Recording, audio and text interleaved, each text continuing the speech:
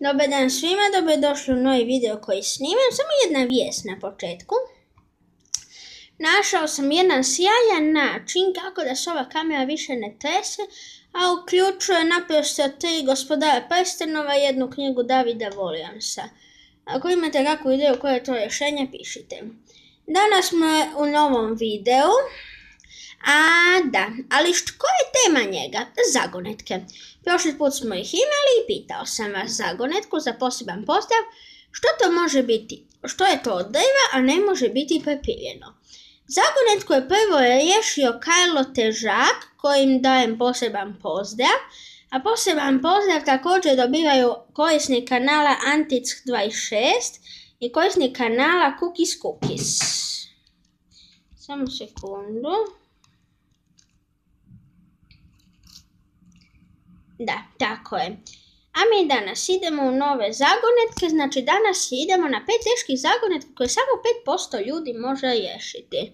Sigurno se svi pitate koje su te zagonetke, pa nećemo više testirati vaše strpljenje, nego idemo saznati stvarno.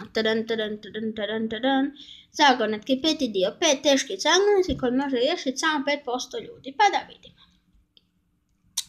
Prvo, tko je uvijek sam u svojoj kući? Ovdje vidimo postaje filma Sam u kući, Kevin McAllister, jako dobar film. Glavna zvijezda je Macaulay Culkin, evo vaših je 5 sekundi, znači.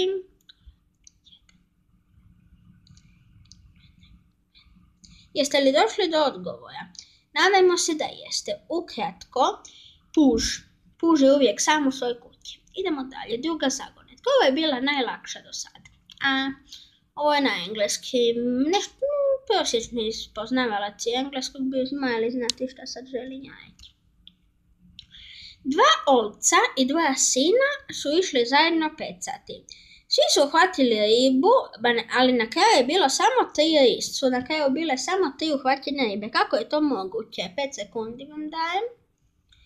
Kome treba više neka pauzira video.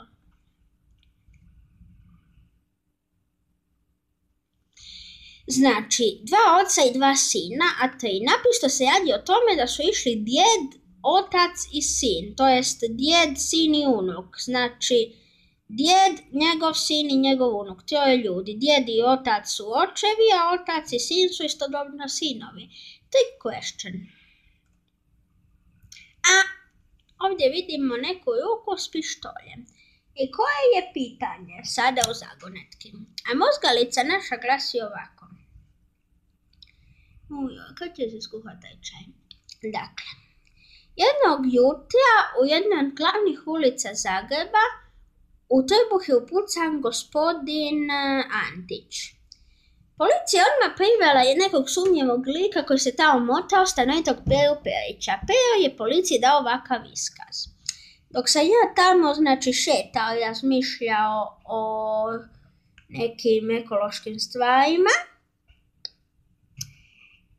vidio sam nekog sumnjivog tipa kako se približava gospodinu Antiću. Onako visok čovjek, brkat, mršav, crnokost, čvrst, onako izgleda kao neki od lopova ne u komedijama, nego u kriminalističkim filmovima.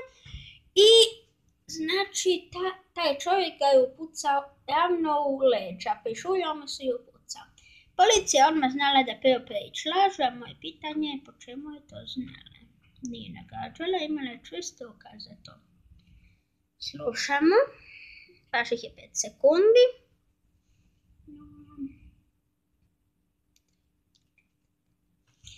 Odgovor.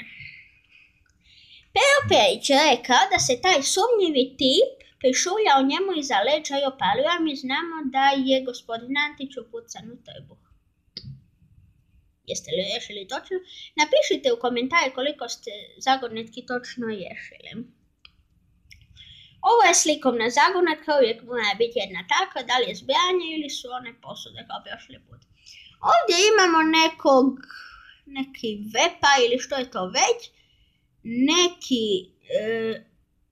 neka 2 soba i 2 svijeće.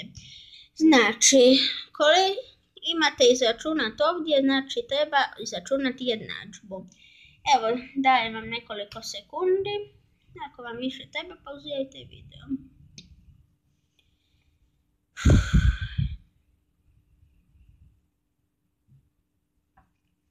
Odgovor. Idemo sad polako. Ovdje je 3 VP-a su 30, što znači da 1 VP je 10. Zakon jednadžbe. VP je 2 soba i 2 soba su 18, što znači da su 2 soba 4. Je tako? Je. A 2 soba koje su 4 minus 2 svijetje je 2. Sad, ne znam šta ste vi točno rekli, ali jeste li možda rekli 48 ili 44 ili tako nešto? Koji je pravi odgovor? Sad, ako idemo računati po jednom od postupaka, 2 plus 10 je 12 puta 4 čas 8. Tako. Ali, kao što vidite, ovdje su 2 svijetje, a ovdje je samo 1.